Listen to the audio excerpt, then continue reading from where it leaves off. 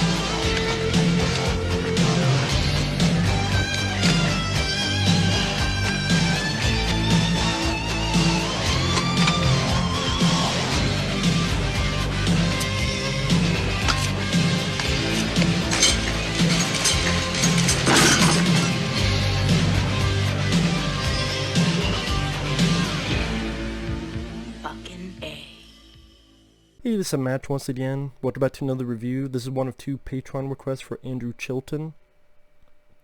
And thank you so much for that. If anyone wants to request any type of review, re-review, reaction, topic, whatever for a video, you can request it either sending it directly to my PayPal or joining my Patreon. Both links are down below in the info box. If not, no worries, but if so, thank you so much. Now, the Brothers Grimm from 2005. I was not a fan of this film, I gotta say. I know it's directed by Terry Gilliam. You know what? I'm not a big Terry Gilliam fan, but even some of his, I love Fear and Loathing in Las Vegas. That's my favorite Terry Gilliam film. I could deal with Time Bandits, although the ending bugs the fuck out of me. But this film, people say it's visually nice to look at. I can't even say that. I don't think it's nearly as visually interesting as many of Terry Gilliam's films. Either it has some really crappy CGI, or I just thought it was a really boring film that's almost 2 hours long. Like, what, an hour and 58 minutes? It stars Matt Damon and Heath Ledger, and they're not the problem.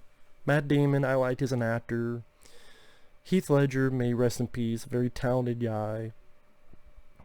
They're not the problem. They are the Brothers Grimm, and they supposedly hunt witches and demons, but they're really con men using costumes and ropes and pulleys. One day they get arrested by Peter Stormare for being con artists. They're brought to this French general, played by Pryce, who I remember as the title character in Jumping Jack Flash, the Whoopi Goldberg film. Guy that Whoopi Goldberg's talking to. Jack, where are you, Jack? And pretty much, hey, these people, these Germans, they think this superstitious stuff is happening. I need you to find out who the real culprit is. It's probably common like yourself. Find out the truth. Otherwise, you're dead. So then Matt Damon, Heath Ledger, this other girl, played by I think Lena Headey, Peter Stormare, they go out to find out what's going on. Because from time to time people will be taken. And it's reminiscent of the Brothers Grimm fairy tales. Like you have this girl in red, a la Little Red Riding Hood, chased through the woods. Some really decent camera work in that scene. And she gets taken. Another girl who is Gretel, of Hansel and Gretel, she is taken by this figure who looks like a big axe.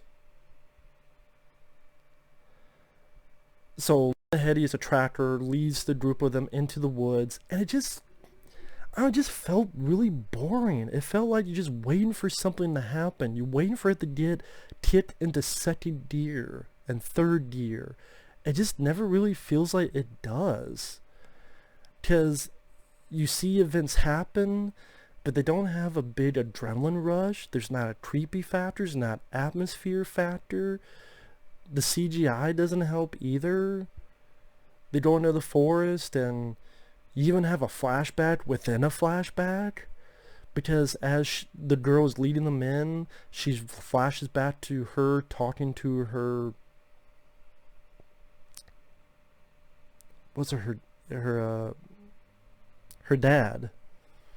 And then her dad tells her story, and that's another flashback where this princess or queen, there's a plague, she was in a towel, like Rapunzel, she had her long hair, but she'd also got sick and she died. So literally it's a flashback within a fucking flashback. What else happens? Going back to the current time, they look around the fucking woods, don't find much of shit. This figure feeds these CGI bugs to this horse. Then when they get back, the horse goes crazy. Via shadow, it shoots this web like it's Spider-Man and swallows this kid whole that we see in the shadow. Runs off. They go back in the woods again. There's moving trees. There's CGI wolves that look like shit. Matt Damon and Heath Ledger, the acting's not the problem. Matt Damon is pretty much just constantly berating Heath Ledger because when they were kids, he brought home magic beans that weren't magic, but it was because they needed something more important, and Matt Damon's pissed at him since. Heath Ledger is a guy who believes more in the fantastic.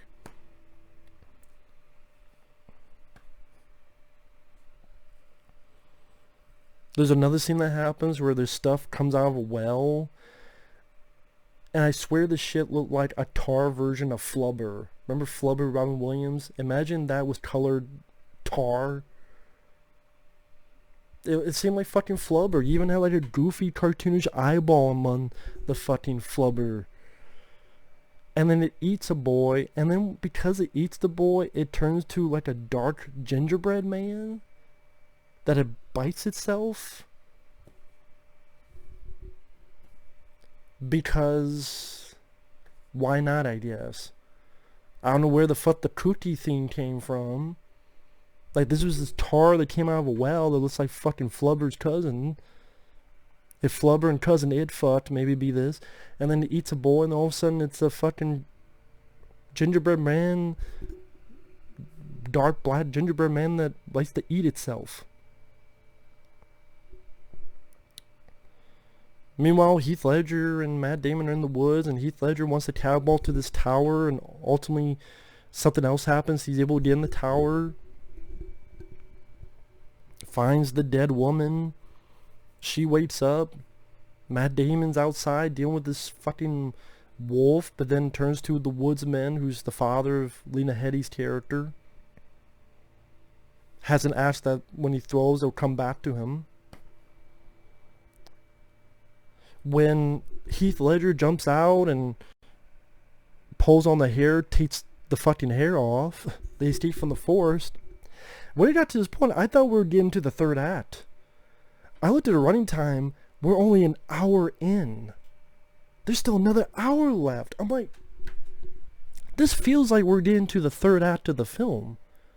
Now, from what I understand, there was troubles with Terry Gilliam fighting with the Weinsteins, who were producing this, and that ultimately Terry Gilliam, this wasn't the film he ultimately wanted. I don't know all the details because I wasn't fucking there, but apparently the Weinsteins and him had fucking fights back and forth. It delayed filming. So I don't know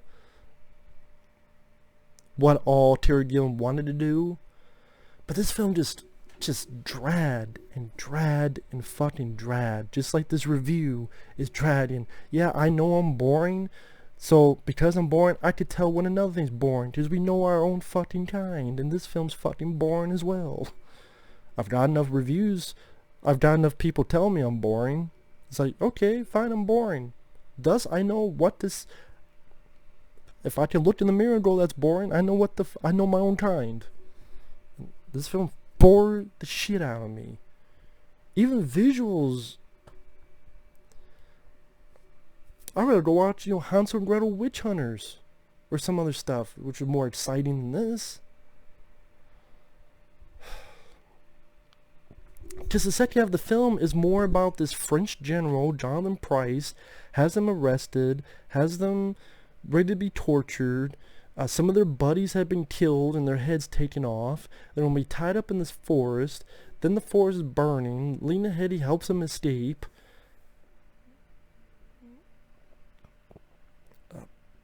Orders Peter Stormare to shoot him. Peter Stormare lights them now. He fucking lights the Brothers Grimm now. Peter Stormare gets shot, but he's wearing armor, so he's still alive.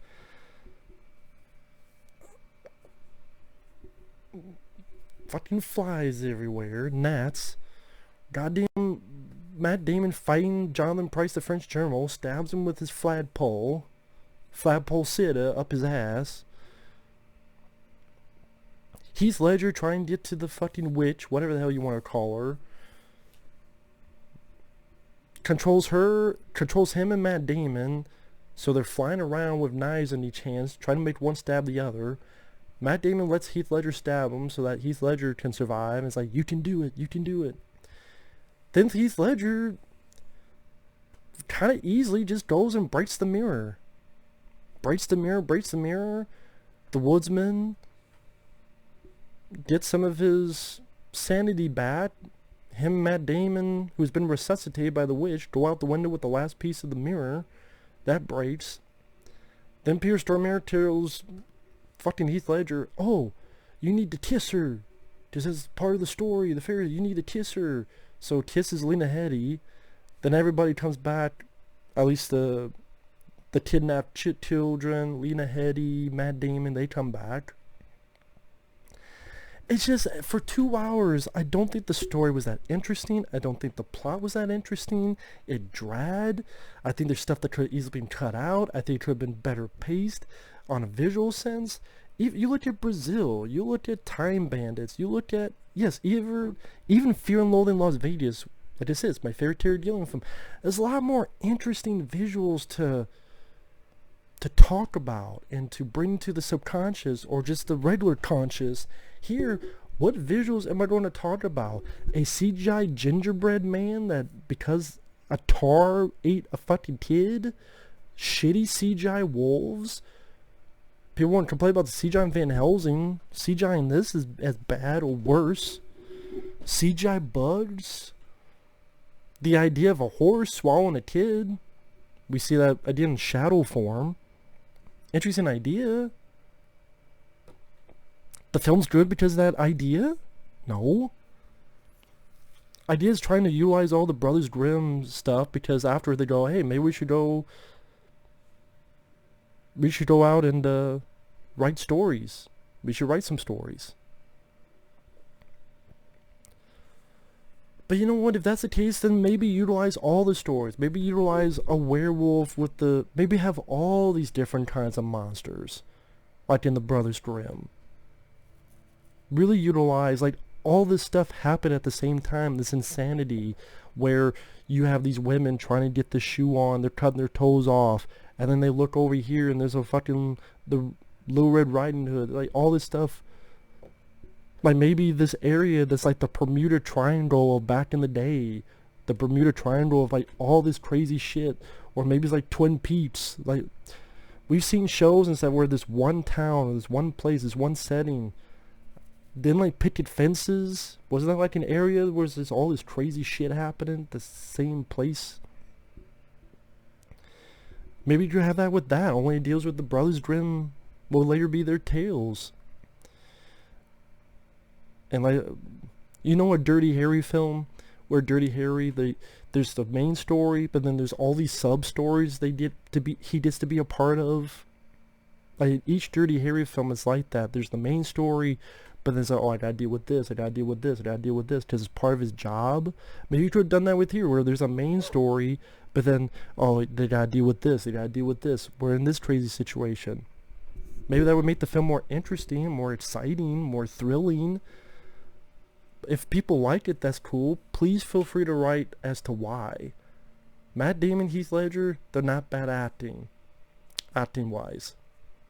But not really given much on paper. And the movie, again, it feels like it's just trying to get in the second, third gear, and it never does. It's not creative visually like Terry Gilliam's other films. It's boring. It drags. The CGI sucks. Should have been a lot more practical. That would have been nice. And as is. There's a reason why many people don't fucking remember this film. Even among Terry Gilliam films, people don't remember this film. It's a lackluster effort. Even as a guy who's not a big Terry Gilliam fan, I can admit some of those other films are better than this. Easily one of the worst Terry Gilliam films I've seen. Maybe you just want to go rewatch Fear and Loathing in Las Vegas or some other stuff. Time Bandits. Which is the one thing that bugged the fuck out of me, Time Bandits, is the ending. But the rest of it, pretty good. But yeah, if you like the film, that's cool. It's not my cup of tea. With that said, thanks for watching. Take care. We'll see you guys later. Bye-bye.